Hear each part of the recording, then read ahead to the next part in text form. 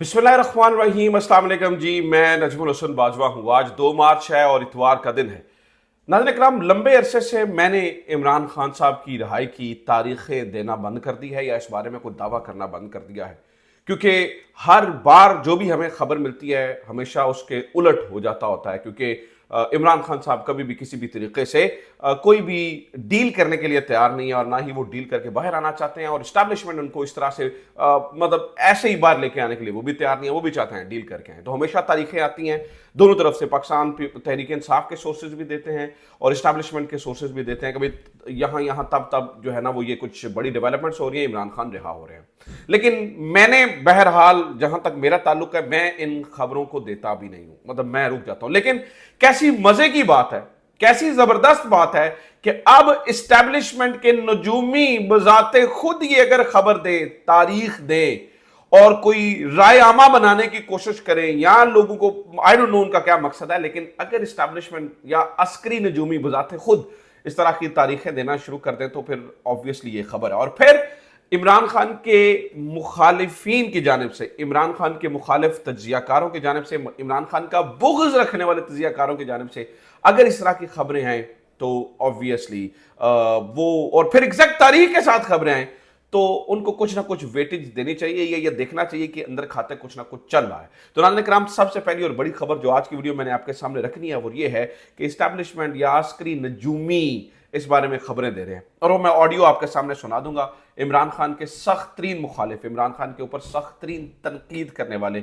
इन बातों को कर रहे हैं। कुछ खबरें और भी हैं, वो भी आज की वीडियो में मैंने शेयर करनी है। जैसे कि आपने ये देखा कि आर्मी चीफ बहुत सारे मामलात के अंदर मरीम नवाज साहबा को सपोर्ट करते हुए नजर आ रहे हैं। चाहे वो उकाड़ा जाना हो, चाहे वो लाहौर में कैटल शो के ऊपर आना हो, यानी कि हमने ये देखा कि मरीम नवाज साहबा के पलड़े में वो अपना वोट डाल रहे हैं। हमें अगली प्राइम मिनिस्टर यानी कि इस सेटअप के अंदर अगर खुदा ना खास्ता ये सेटअप इस तरह से चलता रहा और इमरान खान रिहाओ के बाहर ना आए तो इसी सेटिंग के अंदर हमें मरियम नवाज साहबा शहबाज शरीफ साहब के बाद प्राइम मिनिस्टर बनती हुई नजर आ रही हैं। मैं एक अजम्पशन के ऊपर बात कर रहा हूं, मैं ये नहीं कह रहा हूं कि ऐसा हो जाएगा, अल्लाह ना करे कभी भी ऐसा हो, लेकिन हम ये देख रहे हैं कि एस्टेब्लिशमेंट की पूरी सपोर्ट मरियम नवाज साहबा के साथ है। बिलखसूस आर्मी चीफ की पूरी सपोर्ट इस वक्त मरियम नवाज साहबा के साथ नजर आ रही है। तो इस कुर्बत की वजह से या इस सपोर्ट की वजह से एक और अहम तरीन जगह पर परेशानी है।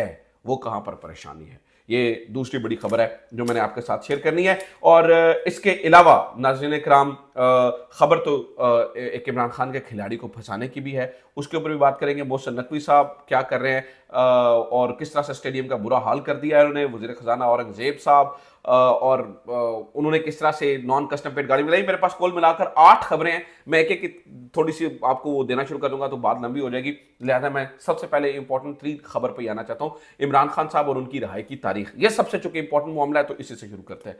मैंने नाज़रीन इकराम जैसे कि आपको बताया कि मैं पिछले लंबे अरसे से कुछ इस तरह की तारुख नहीं देता होता हूं, लेकिन रजी दादा साहब की एक स्टेटमेंट मेरे सामने से गुजरी है और ये बड़ा ही तबाहकुन किस्म का दावा है जो वो ये कर रहे हैं।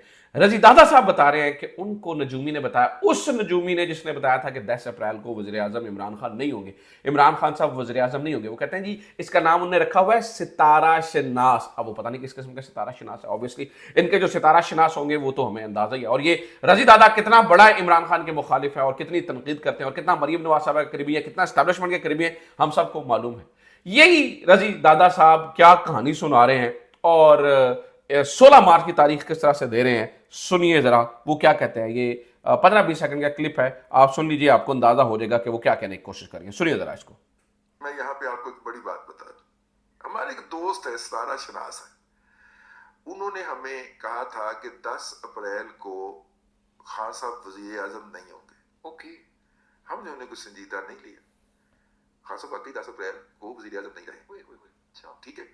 अब वो कह रहे हैं कि 16 मार्च आने वाला है, 16 मार्च के बाद खान साहब की जेल में वो मौजूदगी नहीं देख रहे। सुन रहे हैं आप? बड़ी बात है। अच्छा, मैंने अभी आज इस रिकॉर्डिंग के बाद उनसे मिलने भी जाना है। तो अगले व्लॉग में, अगले पॉडकास्ट में हमको मजीद अब ये सुनिए, वो कह रहे हैं, मैं दोबारा रिकन्फर्म कर रहे हैं इस बात को। पूछा उनको फोन, मैंने कहा 16 मार्च बिल्कुल, मैंने कहा बिल्कुल मैं कायम। ठीक है, तो ये वो लोग हैं नाज़रीन इकराम जो इमरान खान के सख्त मुखालिफ हैं, जो कि लाइन लेते हैं, कोई ढाके छुपी बात नहीं है, आप सबको अंदाजा है, लाइन लेते हैं, जो लाइन आती है उसके ऊपर बात करते हैं, और जो इनके सितारा शनास हैं वो हम सबको मालूम है। ये दावा कर रहे हैं कि वो सितारा शनास जो इनको खबरें देते हैं, ठीक है, वो हम सबको मालूम है कि वो कौन से सितारा शनास हैं। वो सितारा शनास कह रहे हैं 16। अब मैं, अगर आप मुझसे पूछें कि मेरे पास कोई इस तरह की खबर है, तो मैं डिनाई करूंगा, मेरे पास ऐसी कोई खबर नहीं है, मुझे नहीं पता। लेकिन आपको पता है कि यहां पर जब एस्टैब्लिशमेंट फैसला कर लेती है तो फिर हालात बदल जाते हैं, जज्बात बदल जाते हैं, चीजें बदलते हुए एक रात में पता नहीं चलता है कि चीजें किस तरह से जो है ना वो तब्दील हो गई। तो अगर तो ये बात एस्टैब्लिशमेंट की जानिब से आ रही है और ये नजूमी वाकई एस्टैब्लिशमेंट का नजूमी है, तो मेरे ख्याल से इसको कहते होते हैं कि समटाइम ना आप कोई भी चीज़ मार्केट में छोड़कर ना टेस्ट करते हैं, आप रिस्पॉन्स देखते हैं। और फिर उन्होंने ये जो यानी ये रजीद अदा साहब है, ये नहीं कह रहे हैं कि 16 मार्च को इमरान खान साहब रिहा होकर आ जाएंगे, वो ये बता रहे हैं कि 16 मार्च के बाद वो इमरान खान को अडयाला जेल में नहीं देख रहे हैं, या 16 मार्च के बाद वो इमरान खान को, इसके दो तीन मतलब हो सकते हैं, या इमरान खान साहब को बनी गाला में लेके जाया जा रहा है, या फिर उनको गवर्नर हाउस के अंदर जो है ना वो नजरबंद किया जा रहा है। क्योंकि इमरान खान ने बारहा कहा है, इस बारे में बताया कि मुझे बारहा डील की ऑफर की गई। इमरान खान ने जो टाइम के अंदर आर्टिकल लिखा, उनने ये लिखा कि मुझे ये कहा गया कि तुम्हें हम वहां पर बंद कर देते हैं और आपकी पार्टी को पॉलिटिकल स्पेस भी दे देते हैं, लेकिन इसके लिए आपको वहां पर जाना होगा, जिस डील को मैंने इनकार कर दिया। ये टाइम के अंदर बजाते खुद इमरान खान लिख रहे हैं। तो इसका मतलब यह है कि कुछ ना कुछ ऐसा हो सकता है इन सारी चीज़ों। और फिर आपको पता है कि इंटरनेशनल प्रेशर माउंट अप होता चला जा रहा है। डोनाल्ड ट्रंप साहब का जो नेचर है वो तो खुलकर सामने आ गया, भाई वो अपने मामलात के ऊपर एग्रेसिव होंगे। शाहिद मित्तला साहब ऑलरेडी ये खबर दे चुके हैं कि भाई जो डोनाल्ड ट्रंप हैं वो, इनको अगर जो लग रहा है कि वो देर सवेर करेंगे, देर सवेर हो जाएगी, लेकिन डोनाल्ड ट्रंप साहब इमरान खान की रिहाई की कोशिश जरूर करेंगे। और फिर जेलेंस्की वाले चैप्टर के बाद आपको मैंने बताया था कि यहाँ पर थरथली पड़ी हुई है, यहाँ पर इनको तो समय नहीं आ रहा है कि अब करें तो करें क्या। तो शायद जो इंटरनेशनल प्रेशर माउंट अप हुआ है कि मार्को रूबियो को आपको पता है खत चला गया जो विल्सन का, और इनके साथ एक और रिपब्लिकन का उन्होंने खत भेज दिया। मार्को रूबियो साहब को इन्वॉल्व किया जा रहा है, चीजों को इस तरह से देखा जा रहा है और कहा जा रहा है कि जनाब आप लिखिए पाकिस्तानी गवर्नमेंट को। तो इंटरनेशनल प्रेशर जो माउंट अप होता चला जा रहा है, शायद उसके करते हुए ये इमरान खान को कहीं पर और शिफ्ट कर दे। लेकिन इमरान खान की रिहाई तो इनको कभी भी सूट करती ही नहीं है। इमरान खान साहब किस तरह से इमरान खान साहब इस तरह से रिहा होकर आ जाए, ये इनको किसी भी तरह से वारा ही नहीं खाता है। इमरान खान साहब रिहा होकर बाहर जलसा जुलूस करना शुरू कर दे, ये इनके लिए सियासी मौत के मुतरादिफ है। तो ये मुझे नहीं लगता कि इस तरफ जाएंगे। लेकिन एग्जैक्टली इतने कैटेगोरिकली 16 मार्च की तारीख देना मेरे लिए थोड़ा सा हैरान कुन है। हो सकता है अगर ये प्लान है भी तो ये ऑब्वियस एग्जैक्ट डेट तो नहीं देंगे। तो अब ये इस्टेब्लिशमेंट के या अस्करी नजूमी या अस्करी सत्तारा शनास क्या करना चाह रहे हैं या इसके पीछे क्या खेल है वो मुझे नहीं पता है। मैं तो कम से कम ये दावा नहीं कर रहा हूं कि 16 मार्च को इमरान खान बाहर आ जाएंगे या 16 मार्च को रिलीज हो जाएंगे। मैंने तो वो ऑडियो सुना दिया आपको, एग्जैक्ट बता दिया कि कौन कह रहा है। लिहाजा देखते हैं, मैं भी आपके साथ देखता हूं और इंतजार करते हैं कि केड़ा की कटी कटा निकल जाए कि कहानी है, गल है की है, असल कहानी की है, असल खबर क्या है, पता चल जाएगा। क्योंकि आज 2 तारीख है, पीछे 14 दिन है। अच्छा, एक और चीज है, हमारे कुछ दोस्त हैं वो भी मुझे समझ में नहीं आता है, वो पूरी वीडियो देखते नहीं है। मैं तो इस अहम तरीन खबर को एंड पे लेके भी नहीं आ रहा। कुछ लोग तो हमारे दोस्त हैं ना, इस तरह की खबर देते हैं फिर उसको आखिर पे ले जाते हैं और आखिर पे जाके बताते हैं। मैं तो वीडियो के इस तरह की कोई खबर हो तो वो पहले बताता हूँ, लेकिन हमारे कुछ दोस्त हैं वो टाइटल देके ही, वो थंबनेल देके ही ना वो नीचे कमेंट करना शुरू कर देते हैं। अगर 16 को ना रिहा हुए इमरान खान साहब तो मैं आपको पूछूंगा, झूठ झूठ झूठ, आप झूठी खबर दे रहे हैं कि 16 को इमरान खान रिहा जाएंगे। तो लिहाजा मैं ना देख रहा हूं, कैटेगोरिकली कह रहा हूं, ये मैं खबर नहीं दे रहा हूं। लिहाजा इस बात को आपने ये ध्यान में रखना कि ये मेरी खबर नहीं है। ये तो वो जो टाउट है जो वहां से खबरें देते हैं, मैं तो उसकी खबर को कोट कर रहा हूं और बजाते खुद हैरानगी का इजहार कर रहा हूं कि ये कैसे मुमकिन है। लिहाजा लेकिन खबरें जो कि वहां से आ रही हैं तो देखते हैं, कोई ना कोई हो सकता है, अल्लाह करे कोई इस तरह की कोई सूरत हाल निकल भी है। वेल अगर निकल आती है तो मुझे कम से कम इस बात की जो है वो खुशी हो जाएगी। दूसरी बात आने क्रम आर्मी चीफ और मरियम नवाज साहबा के बारे में। देखिए, मैंने आपको बताया कि किस तरह से आर्मी चीफ उनके मरियम नवाज साहबा के पलड़े में वजन डाल रहे हैं। पिछले दिनों में एक खबर आई थी और वो खबर ये थी कि मरियम नवाज साहबा को एस्टैब्लिशमेंट ने फारिग करने का फैसला कर लिया। उन्होंने कहा कि जनाब यहाँ पर जो है ना वो, और वो वज़ीर आला पंजाब की तब्दीली होगी कि वो बिल्कुल खुश नहीं है। उसके बाद हमने ये देखा कि उस खबर के बाद यके बाद दीगरे आर्मी चीफ साहब मरियम नवाज साहबा के साथ नजर आए, चाहे वो उकाड़ा हो, चाहे वो लाहौर हो, या मरियम नवाज साहबा के कॉन्फिडेंस के अंदर इजाफा हुआ और हमने ये देखा कि वो खुलकर जो है ना वो बातें करना शुरू हो गई। और जो कुछ उन्हें वहम भी था, जो कुछ उन्हें परेशानी भी थी, शायद उनकी उस परेशानी को हल कर दिया गया। और आर्मी चीफ बजाते खुद जब मैदान में आ गए और उन्होंने खुलकर सपोर्ट करना शुरू कर दिया मरियम नवाज साहबा को, ऑब्वियसली उनके जलसे जुलूसों में जाकर, जलसे जुलूसों तो नहीं खैर, उनके इवेंट्स के अंदर जाकर, तो उनके इवेंट्स में जाना इस बात को यकीनी बनाता है कि भाई देखिए और किसी वज़ीर आला को तो ये सहूलत मुयसर नहीं हुई है। तो उनको ये बता यकीनी बनाता है कि वो सियासी तौर पर उसको जो भी है वो सपोर्ट कर रहे हैं मरियम नवाज साहबा को। इसका मतलब ये है कि वो जो हमने एक और प्लान सुना था जिसके मुताबिक ये है कि मरियम नवाज साहबा को अगले वज़ीर आज़म के लिए तैयार किया जा रहा है। पहले बिलावल भुट्टो को तैयार किया जा रहा था और वो लारा पीपल्स पार्टी को दिया गया था कि भाई आधी टर्म में आपको वज़ीर आज़म बना दिया जाएगा, वह ठीक है साथ मिल जाए।